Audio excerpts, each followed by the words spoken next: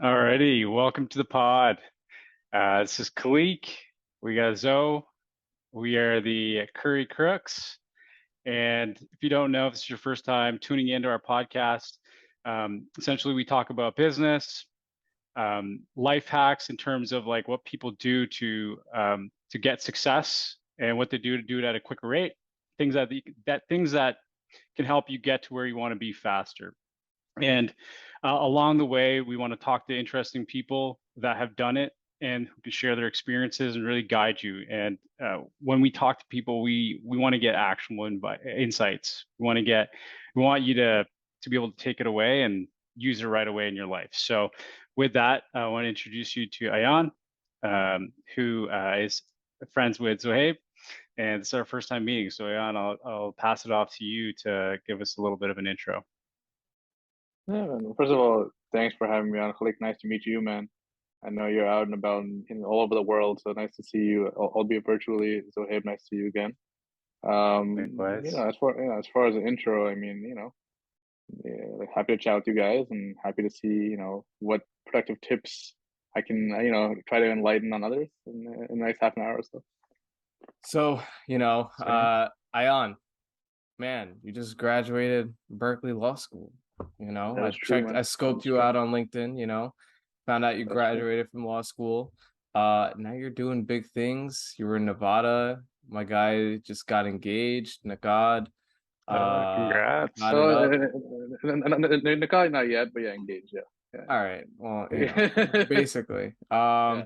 But like tell us about your experience at Berkeley, bro. Like you got in there from, and let's just be honest here, right? Call spade a spade. Stony Brook is not the biggest name school in the world. We're not like a Harvard or a Yale. So for a guy to go from Stony Brook to Berkeley, that's pretty big, especially in the Desi community. So and for those who don't know what Desi means, just South Asian. You got in. Like, how was your experience there, and kind of like what was your general like sentiment, or like when it came to actually getting in to Berkeley, Mhm. right? How were your feelings? Like, was it stressful, etc.?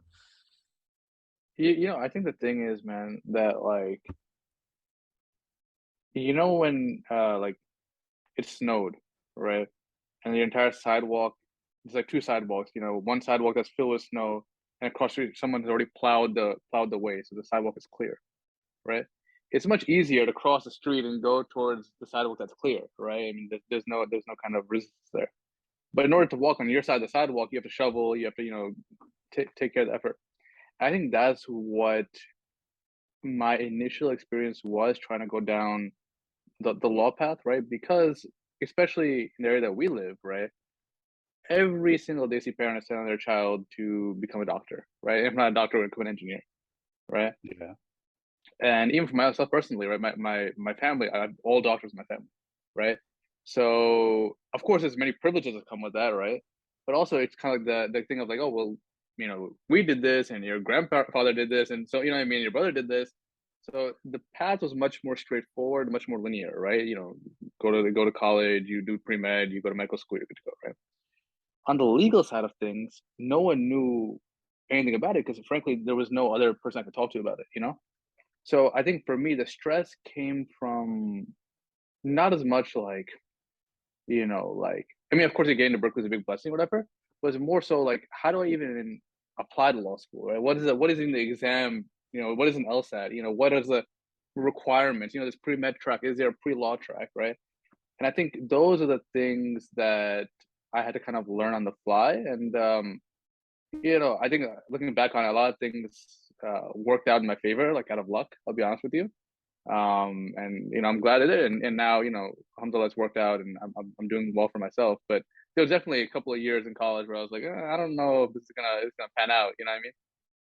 Yeah. Do you feel like the ambiguity and not really having a set path, right, Hmm. kind of helped you? Because I know personally from my own stuff, right? Like I even took a semester off because I just didn't know what the heck Yeah. I was doing, but I ended up dabbling in a lot of things that, you know, like I went from, doing some internships in sports marketing. I did financial, like institution kind of internships, like wealth management, etc., and just a bunch of random stuff like student government, etc. Like because I just didn't know what to do. Do you feel like Yeah. that kind of helped you get to that, like that kind of scenario, like Mm. just not knowing what the hell you were doing?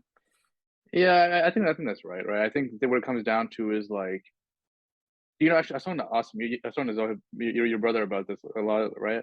Which is, I feel a lot of people in our culture or society or whatever you want to call it, they they haven't really explored what they truly like, you know what I mean? And what kind of fulfills Yeah. Mm, them, right? And just like anything else in life, it's kind of trial and error, right? You don't know the perfect chocolate chip cookie recipe unless you've baked enough cookies, and some turn out really good and some turn out really poorly. Yeah. And just as you're saying, for me, I dabbled in different majors, right? I was applied math for a while. I was poli sci and this and so many different things, right? And I realized I kept coming back to the thing of like, what really like motivates me, what really kind of like quenches that thirst, you know what I mean? And for me, that was like, oh, I really enjoy reading, right? Like I even as a kid, I used to like read the entire Harry Potter series in like one summer in fourth grade, like that kind of stuff. Yeah. I was like, all right, well, I like well reading, i well I read in half a summer, so suck it. so you're even better than me, you know what I I'm mean? just kidding, I'm Let's just watch kidding. the movies, boys. But yeah, my point is that I was like, all right, so I really enjoy this reading. So let me reverse engineer it. What field will essentially allow me to earn a living through reading, right? And so I was like, oh, law is. I'm like, okay, law is cool. I like politics and stuff. Law and politics go together. Law, obviously, reading a big part of my job as a lawyer is to read, right? So I'm like, all right, sounds good. Now, at the end of the day, a job is a job, right? So you're never going to get 100% fulfillment from it. But I Yeah. genuinely do think I chose the right path because I do enjoy what I do. Yeah. Yeah, I just heard that, you just granted asylum for one of your clients recently. How was that experience? I mean, I don't even know what that means. So I'd love to know Yeah, what asylum for a yeah, client, what that even looks like, and then how was that right. experience doing it for the first time? So let me boil down like case books of law into like 15-second type of thing, right? Thank you. So what happens is, right, there's two ways um to become an immigrant in a country based on some kind of like persecution. So one is as a refugee, right? Mm-hmm. So what is a refugee? A refugee is someone who, for example, is escaping violence in their home country. So best example, the Rohingya in Myanmar, right, in Burma, right? So they'll escape from Burma and go to, let's say, Bangladesh, right?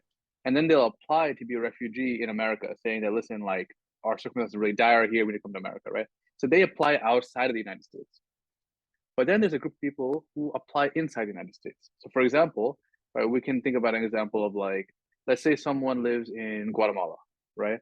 Mm-hmm. And their family is being targeted by the cartel or whatever case may be. And so they're trying to get the hell out of there, right? And so they just get to the United States, they cross the border, whatever it is, right? So they go to San Diego, they go to wherever. Yeah. Asylum is a process through which you can apply to be a permanent resident in the United States while living in the United States. And basically, what you have to show there is a credible fear of imminent violence if you're deported back to the country, Mm. right? So my client was a Pakistani Christian woman, right? And I'm going to try to keep it as high level as possible because obviously I don't want to give out personal, identifying For sure. details. But she was a Pakistani Christian woman, and I think the three of us are probably familiar with this, but maybe other people aren't. The treatment of minorities in Pakistan is pretty bad, right? Let's just call a spade, right? So her husband passed away, and she was getting how to put it, like very much like tormented by gangs and things of this nature, right? So she came Mm-hmm. to America, applied for asylum for her and her two kids. So I wasn't the one who granted her asylum. I was the one who helped her apply for asylum. So you go before an immigration judge. And so before the immigration judge, my job was to represent her and essentially show, like, listen, like, look at all these documents. We have FIRs, which are, essentially like police reports from Pakistan, showing that this and this and this actually happened to her. She's not making it up. And if you do Yeah. send her back to Pakistan, there's a very, unfortunately, a very good chance something bad could befall her. And so, thankfully, she's able to get asylum. And if you get asylum, And if you have minor children, they get asylum as well. And I should probably preface all of this by saying, this is not legal advice, contact your lawyer if you need all that kind of stuff. But yeah, that's essentially how the process works. So it's pretty cool I played a small role, but it's pretty cool to see that, I was able to help someone essentially get permanent citizen, not citizenship, but residency in America. Yeah. So like, So what was her like? How did you talk to her after she got granted? Like, did you see her reaction and like, Yeah, like in movies, like they'll give yeah, you a yeah, yeah, hug and be like, yeah, yeah. changed my life, Did It's that funny happen for because you, or did you get to see that? no, because it was me and my buddy who represented her, and her son called us and just said, "Oh, we got asylum." They're very happy on the phone, but actually, I never saw her ever again. mm, So I don't know where she's at now. But I mean, Amazing. hopefully she's able to transition, to American life, and so it's pretty cool, right? I mean, I think it's very easy to get jaded, right? And especially with all like bad news. I mean, if you turn on any of the news channels, always be bad stuff, right? And every once in a Yeah. while, something really, really good happens like that, right? I remember she had two children, right? And they were two young boys, maybe like 10 or 12 years old. And so me and my law school friend were representing them, and we're both like Desi dudes. And so we look like them, right? Obviously, we look like an older version of them. So they go to their mom and say in Urdu, they're like, "Oh, I want to be like these guys when I grow up," right? And that to me was just like, "Damn, bro, Oh, like that's that's crazy." amazing. You know what I mean? It makes you realize, like, yeah, you want to earn a good living, whatever. But at the end of the day, like helping one person like that is like worth more than any millions and whatever amount of money possible. Do yeah. you feel like you're getting a lot of cases like that, or like, if you were to like double down, would those be the type of cases you would want to do like all the time? So I should probably clarify how it happened. So in law school, this actually happened when I was in law, this is my first year of law school. So Berkeley had a program where you could work with like public interest organizations. Like, for example, like there's like immigration clinic, right? And you could do this. So I Yeah. was actually representing them in law school. So my actual the job I just finished in Nevada, I actually wasn't representing any clients. So my job was to be a law clerk to a justice. So Yeah. how it works is in America there is the federal court system with the United States Supreme Court being on top, and Yeah. then there's the state court system. And so each state court has the highest court as well. So in Nevada, there's 7 justices of the Supreme Court in Nevada, and so I work for one of them. So essentially, my job there was to help the justices come up with their decision. So essentially, someone appeals, they lost a trial, right? They say, this happened was wrong, this was wrong, and this was wrong. My job is to advise the justices to be like, all right, claim 1 is garbage, claim 2 maybe, claim 3 is a pretty close call. So you guys should make the call about this. That's kind of my job. Nice. What's your like defined role called? Law clerk. Well, I mean, Law I just clerk. finished, but yeah, law clerk. Okay, cool. Yeah. And now, so what's your new role called? So I'll be an associate at a law firm in Manhattan. So Nice. there, is general like corporate litigation, right? So I mean, like high level, right? So I mean, this our firm isn't representing either of these clients, so I can talk about it publicly. But like Elon Musk and Twitter, right? Both are suing each other, whatever, right? So Elon Yeah. Musk has his lawyers and Twitter has their lawyers, right? So theoretically, right, like there's law firms representing both sides. So that's kind of the similar stuff, so to speak. Awesome. And then how is money made like in the law hemisphere for this type Mm. of job, right? Because like that's always something that Yeah, I've always been confused about. There's like I get words thrown yeah, at me, right? Like retainer, and then there's like yeah, bonuses, etc. Like if yeah, you win the case. So how does that structure kind of work? yeah. So what you do is you go to the judge, you get them to bribe you, and then no. I'm like, Inside. so yeah, so I mean, the fee structures depend on the individual lawyer or law firm, right? But generally, how it works is a billable hour, right? So you get paid for every hour you work based on whatever rate you set with the client, right? So there's other methods. So for example, you might have seen like personal injury lawyers right on TV saying like, you'll pay nothing unless we win something for you, right? That's what's known as a contingency fee. So a contingency fee, what that is saying is, yeah, so if we lose your case, then you're not on the hook for anything. But if we win and you get, let's say, $10,000, I'm going to take X amount of money from that. Okay. Most bigger firms don't do that for a number of different reasons. And so the last question you asked was retainer. So what a retainer is okay, here's the thing, right? Like, let's say I have a law firm, Zubair and Zubair, whatever, right? I got to keep my lights on, right? So I got to make sure that I have enough money in the bank to, make payroll, to keep the lights on, literally like those kind of things. So what I'll do is, let's say that you guys have your own company and you come to me and I don't know, like you guys are my clients for many years. What you'll do is you'll say, okay, listen, we'll give you $10,000 right now in a retainer, right? And every time we have a legal issue come up, we just want you to handle it. Mm-hmm. So let's say my rate is, let's make it simple. Let's say my rate is $1,000, right? That'll give you 10 hours worth of legal work before you have to essentially make a new contract with me to pay me more money or whatever case may be. So the benefit of Yeah. that is like, if something comes up on the fly on Friday night, you need like legal advice like this second. We don't spend 3 hours debating the terms. We already had it set out already. You know what I mean? So that really helps for people who are repeat clients. If you're a one-time client, you're not going to do that. But if you're a repeat client, you will. Interesting. Yeah, that makes sense for sure. So the types of cases that you're typically working on are these corporate type of battles then? So that like, or is it kind of are you working with like normal civilians, not business and corporate stuff? Like what are the typical type of cases that you're seeing?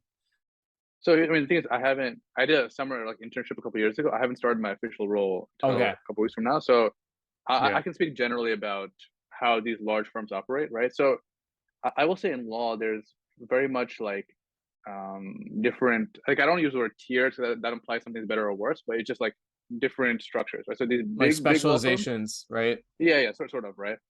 So like these really big law firms, they charge really hefty rates per hour, blah, blah, blah, right? So the only people who can really afford that are like the Googles, the Amazons, these kind of things, right? Because like, bro, like Joe Schmo plumbing company is not paying $50,000 for legal fees, right? Like this is not gonna happen, right? That's their yearly with a budget, whatever. So, but a lot of these law firms also do pro bono work. So it's kind of like two different segments. One is the corporate litigation, also like white collar investigation. So, for example, let's say the Department of Justice is, and, I'm making like these are not actual cases I've worked on. I'm just making this up. I have to say this for like whatever, like for privacy, confidentiality reasons, or whatever. But let's just say the DOJ is investigating. Let's say Twitter. Right? Let's use an example. Twitter will then hire lawyers to do an internal investigation of their company to see if there's actual misconduct or whatever.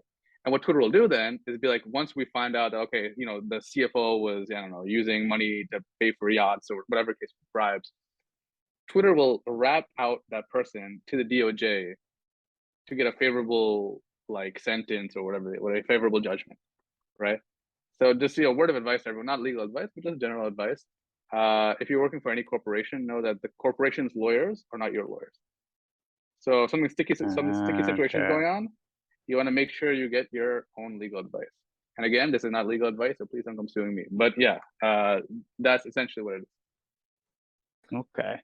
So like thinking about like, see, like obviously one piece is like thinking about that asylum example that you gave, right? Like Right. if she didn't Right. have those police reports, then her case Yeah. wouldn't have been as strong. So like what are some things that people like us can do if we're, if we're ever considering going again using legal services? What are some things we can do to kind of prepare ourselves to have a successful case going in? Yeah. I mean, the biggest thing is try to get as much stuff in writing as possible. Right. I know a lot of people are like a parent generation, right? They'll just make handshake deals, like, oh, someone will help us make a backyard and all right, like for $5,000, okay, it's cool. Right. Yeah. And the dude doesn't show up for 2 months. I mean, you can't. I mean, like All the time. theoretically, I mean, it's the thing. Not having a written document doesn't necessarily mean you can't win, right? It just makes it way harder, right? Yeah. Because then you go into the he said she said kind of realm, right? Which like that's much more difficult for judges and juries to understand, right? Because it comes to credibility at that point, right? Versus, and it doesn't have to be some master contract, or it could literally be like, I Ayyan Zubair making a contract with Khaliq Sayed, right? Yeah. For $1,000, so he's gonna make my website. Yep. Simple as and that. that's it. And in by August 15th, or whatever, right? And now it's August 20th, and the website hasn't made. Then I mean, I have a very clear claim, right? That like, okay, like 1 + 1 = 2. Therefore, you didn't do it.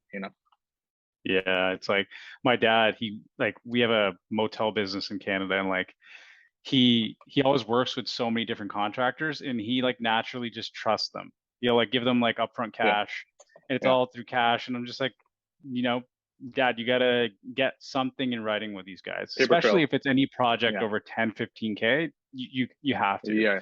Yeah. So Yeah, it's it's good definitely to know. different out here because you can't just like pay the cops to go arrest the guy for screwing you over, Yeah. right? Yeah. Like that's what it is in Pakistan. Like I've seen it myself, right? Like, Yeah. you know, contractor doesn't get their work done, you could just pay a cop off, and they're technically your contractor Yeah. now, and you Yeah. contract them to go catch Yeah. a contractor.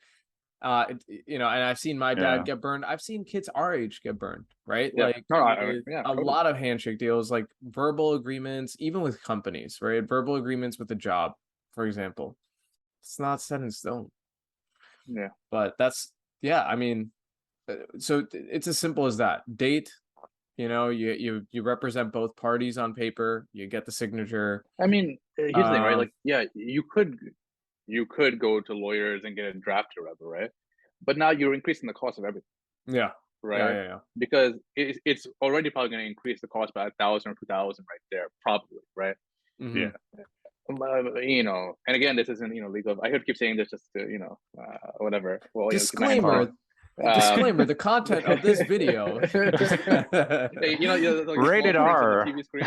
Yeah. Yeah, we'll slap it Yeah. on. Don't worry. Yeah. Like we'll do it at the beginning Yeah. of the thing. So we Yeah. got you, bro. Yeah, but I mean, just a general, like I think a general piece of just kind of common sense advice, right, is where possible, communicate over email. Where possible, get signed documents. Where possible, have multiple witnesses, right? Mhm. But I mean, here's the thing too, right? And also, what that also allows you to do is avoid. It almost conversely allows you to avoid litigation, right? Yeah. So let's say I have a signed document. The same example I gave you guys before, right? August 15th, website needs to be built. It's August 20th. It isn't built. And I go to you and I'm like, bro, listen, we had a contract for August 15th. It's August 20th. You haven't done it yet, man. And so, listen, we both can read English. We'll see the contract. I'm like, all right, I'm screwed. If I don't do it for him right now, like he could take me to court. Right? So you know what? Let me do it for him. And let me actually, just to avoid any further litigation, let me just say, okay, I'll do this extra thing for you too. I'll make some, Bitmoji, whatever for you, whatever it is. You know what I mean? Yeah. And so I think that, and also, I mean, one other thing is that I think a lot of times it's not nefarious, right? Let's say that you have 50 contracts for building websites. It might have honestly slipped your mind, or you might have misheard. And Yep. and you heard, I said August 15th, and you heard September 15th. I don't know, whatever it is. You see what I'm saying? And so that good faith, just misunderstanding, leads Yeah. to a lot of more issues down the line, because now I think you're a liar, you think I'm a liar. Versus if a document, oh, yo, my bad, bro. I'm sorry. I'll do it for you right now, and I apologize and won't happen again. You know what I mean? Yeah, that's a Yeah. good point. What about Yeah. iMessages and WhatsApp text? Yeah. I mean, that works too. I mean, for me though, I just, the reason why I like email is because, for better or for worse, it's hard to search on iMessage and WhatsApp or whatever. Right? Versus Yeah. email, it's like, okay, like you send me an email on August, whatever, it's the 11th at like 2 p.m. or whatever, right? I'll have that saved. Or I could print that and save that into an iCloud file or whatever case may be. Yeah. So you can definitely tell, like if you ever look at my like personal like files or whatever, you can tell I'm a lawyer, because it's like all like very much like type A organized. My parents are like, I look at my parents' stuff and I'm like, bro, like, you're giving me like a heart attack right now, bro. Oh, tell me about it. It's too all over the place. You know what I mean? Yeah, another thing that I do is like with paper contracts, I'll use like an app called Genius Scan, or I'll use like the Notes app on the iPhone where you can scan the actual document. Yeah. Because when I was running my own business, this was a common thing. Every single time I'd get a client to stop paying me for some reason. And actually in the contract itself, I implemented a late fee rule. So then I'd burn them with that. I'd be like, bro, like I'll waive this, but you gotta pay me today. Otherwise you gotta pay me the late fee. Like, if we're gonna wait even longer. And it was an accumulating late fee. If I didn't put that in the contract, there was no incentive for that person to ever pay me on time. Right. Yeah. So that was the common issue that I would see as a contractor like myself, in the digital marketing space. And it's the same case everywhere. Like I am seeing, what's awesome is I'm seeing more and more even plumbers, electricians, etc. They're implementing this stuff. That's something that they wouldn't do, and they would get burned. and then Yeah. like they're not getting paid. Yeah, and I think yeah. it benefits both parties. Yeah. Right, both the client and the contractor or the provider, whoever it is, right? Because it really gets rid of all ambiguity. Yeah. And yeah, look, there are times where issues do come up, and you might have to resort to litigation, right? But like, bro, filing a lawsuit sucks, right? And Oh yeah. and also it ruins relationships, right? I'll give you a perfect example. Let's say you have a neighbor, right? And your neighbor is like, I don't know, encroaching on your land by like 1 foot, right? He has some like kind of plant, and the plant is going over your fence, whatever the case may be, right? Yeah. Theoretically, you could probably sue them, right? But if I was that person's lawyer, you came to me and say, "How can I sue my neighbor for doing this?" I'd be, listen, you probably could, but do you want to, right? Because this is your neighbor, and you will live next to this person for years, if not decades. And so maybe a friendly conversation or some other kind of incentive, being like, hey, listen, man, it's going over the fence. If you wouldn't mind doing this, or I bought you a stick so that it can stay upright. You know what I mean? Things like Yeah. this. Yeah, you spend $10, but it salvages a relationship, Yeah. right? Or you bite your ego a little bit, but it saves that friendship from fraying. Right? I think too often, Yeah, that's unfortunately, true. lawyers are just interested in making the money, so they don't actually counsel. Right? Because my actual title is counselor at law, right? They don't counsel. They're just interested in making money. So yeah, I'll sue him, no problem. What's his address? What's his name? I'll do it right now. But is that in the best interest of the client? I don't think it is. Yeah. I've actually seen Yeah, that, it's true. another technique could even just be getting a third party, right? Who's, Sure, sure. A just to mediator, mitigate, yeah, a mitigator, Yeah. yeah. Or a yeah, mediator rather. yeah, Yeah, I mean, lawyers are expensive. My dad had to pay $10,000 the other day. And I mean, the lawyer, he was having trouble just speaking to my dad because my dad, he's English is second language. So there were things that the lawyer was using jargon, right? A ton of jargon where my yeah, dad didn't understand. He was racking up these billable hours. So then I got involved. And then I was giving him the evidence and all that stuff that he needed. There were yeah, things that he didn't even think of asking, and I got it for him. But that was just because I had the experience of running my own thing, right? And right, having to deal with lawyers in the past for corporate side of things. That it's like, it's tough. It's tough for a lot of people who just don't have that right, base level legal knowledge. And I really do think that everyone should learn it at some point in yeah. high school or Yeah. college. Just basic, basics Contract, of like, yeah, contracts. Like, what is a yeah, contract? Why is it important? yeah, So, yeah, it's nuts. I do want to transition because we yeah. don't have too much time, but I wanted to transition to this. When it came to getting into law school, right? Like, do you have any tips for anyone who's trying to make a career transition, right? Because you made a Mm, transition within college, right? But people make right. transitions later on too. Mhm. What is one general tip or advice that you would give to someone to hack their way into, they wouldn't get right away, but just like any major hack that you found that really Yeah, helped you? Um, yeah. I mean, it's gonna sound like very stupid and straightforward, right? But unfortunately, a lot of these law schools, especially top law schools, they really value GPA and LSAT over anything else, right? And so, listen, if you're like a 25-year-old person, dude, or whatever, right, and you're out of college for a couple of years, your GPA, you're not gonna change that, right? But you could really much change your LSAT score, right? And frankly, I don't think the LSAT measures anything but your ability to pay and study, frankly, right? But the nature of the game is what it is, right? And so if you're able to devote as much time as possible, so for example, let's say it's August right now of 2022, if you're able to devote a year of studying, maybe like after work, before work, whatever it is on the weekends, and take it in June or September of 2023 and get a very nice score, that could really set you up very nicely. And not only just in terms of admission into schools, but in terms of scholarship and other aid as well, yeah. right?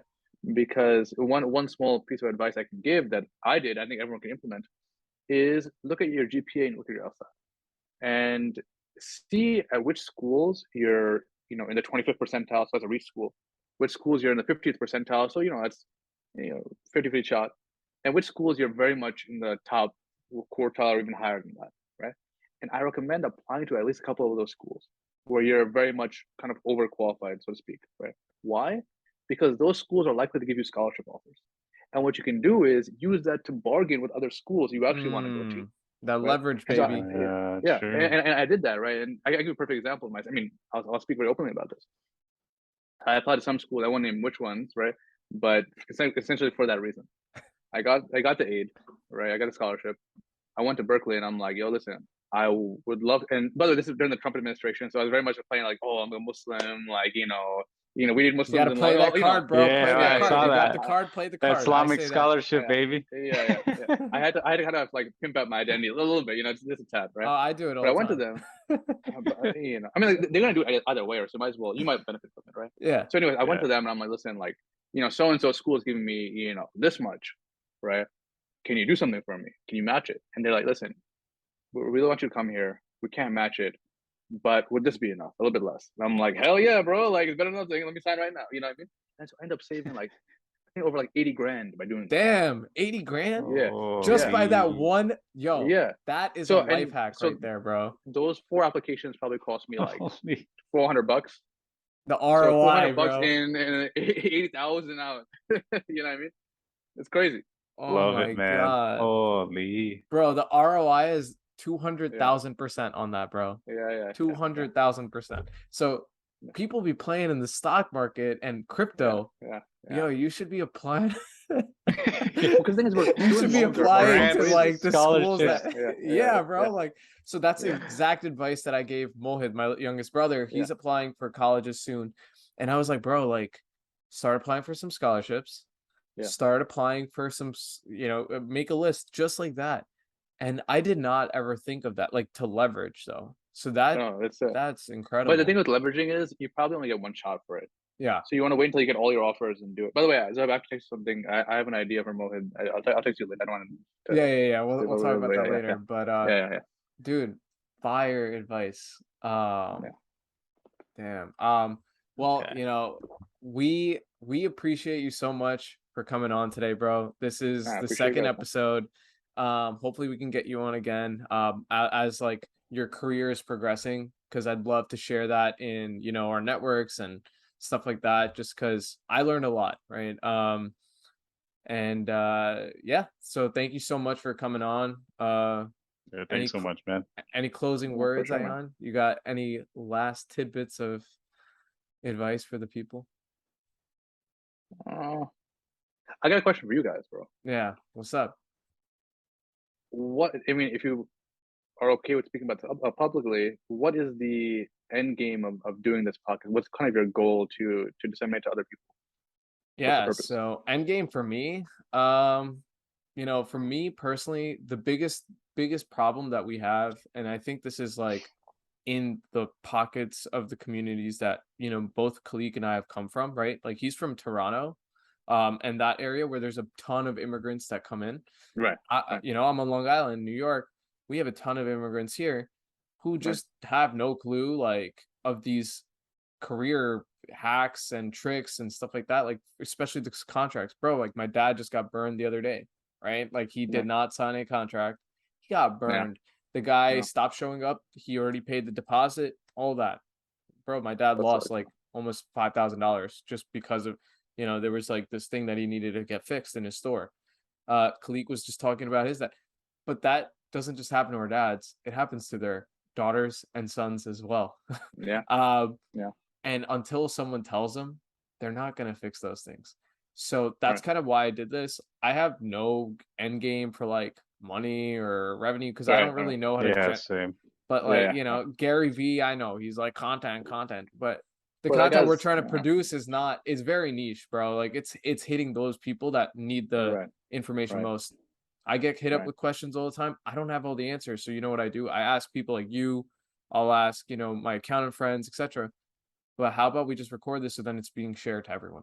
So that's kind of what we, are doing it for. Like, one thing about yourself, Ayyan, is like you understand your space very well. Even from this conversation, like you can simplify it so easily, and like that's what people need. People need people like yourself to be able to condense it for people that don't know this legal side of things. So it's just getting more people like yourself, man, that can relay that message, and we are just a channel or a beacon of being able to communicate that to people that need it. So hey, it's just like that the person that you helped, grant asylum. was one person, if this goes to one person, bro, how much time did it take us? 35 minutes? Right. And it changes someone's life, like whatever. I don't care. It's 35 minutes of me not watching Netflix. Like that's actually a good thing. So Yeah. and that's how I think about it. Yeah, that's dope, man. You know, one parting thought I will give actually is, you know, we all learned that thing in Saturday school, right? That like when Aya the Quran was like, if you save a life, it's like saving the life of all of mankind, right? Like that's enough for you. So I think that's how we all kind of approach it. You guys are doing your own thing in that way, right? We're trying to benefit even one person. The rewards both kind of in the mundane world, and also, you know, I guess we all believe in the everlasting world as well. You know, it's kind of like For sure. a compounding reward type of thing. Yeah, the biggest thing that Yes. people don't look at is the long term, you know, Right. effect of a change that you make. So you just touching the heart of one kid may, and that kid may change Right. the heart of 20 other kids, and it just snowballs from there. So Right. you know, that's the goal. Like if I have friends that, you know, like were working jobs on Long Island and they discovered, oh shit, I could work for a remote company and not have to Right. commute to the city and Right. I'll make 3 times more. Wow, And did save not on know that. gas and rent and all that. Yeah. And Yeah. now they're, bro, like, and now they're, you know, they bought their mom a Beamer. And I'm like, yo, Right. isn't that great? Like you got to like take care of your mom who sacrificed her life Right. Right. for you Dope. coming here. So Dope. it's like, you know, so we want to Right. keep doing that. And I've seen personal reward myself. Like things have gotten good for me every time I do any of these kind of things. It took me up, so maybe I am a little selfish for doing it, but I follow that, you know, hadith of you plant the seed, Right. and you know, Right. Right.